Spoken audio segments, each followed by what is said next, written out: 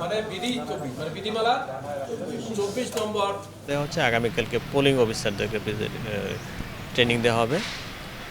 পরশু এবং এর পরদিন আমরা ডিমলাতে দিব। এইভাবে পর্যায়ক্রমে আমাদের প্রত্যেকটা উপজেলাতেই ট্রেনিং কার্যক্রমগুলো চলবে।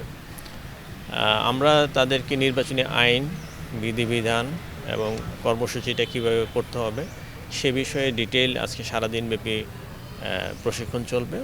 আমি এবং আমাদের এসপি মহোদয় আমরা এবং সার্কেল এসপি, আমার এডিসি এবং ইউনো আমরা সবাই এসেছি তাদের সাথে মত বিনিময় করতে, তারা কীরকম ফিল করছে, তাদের অন্য কোনো চ্যালেঞ্জ ফিল করছে কি না, হ্যাঁ, তাদের প্রিভিয়াস এক্সপিরিয়েন্সগুলো আমাদের কাছে শেয়ার করছে, যেমন নির্বাচনী সামগ্রীগুলো সঠিক পাওয়া যাবে কি না, আমরা সেগুলো নোট নিয়েছি। আমরা সেগুলো যাতে কোনো ধরনের সমস্যা না হয় নির্বাচনী সামগ্রী পেতে অথবা তাদের যানবাহন পেতে, অন্যান্য বিষয়গুলো আমরা দেখছি।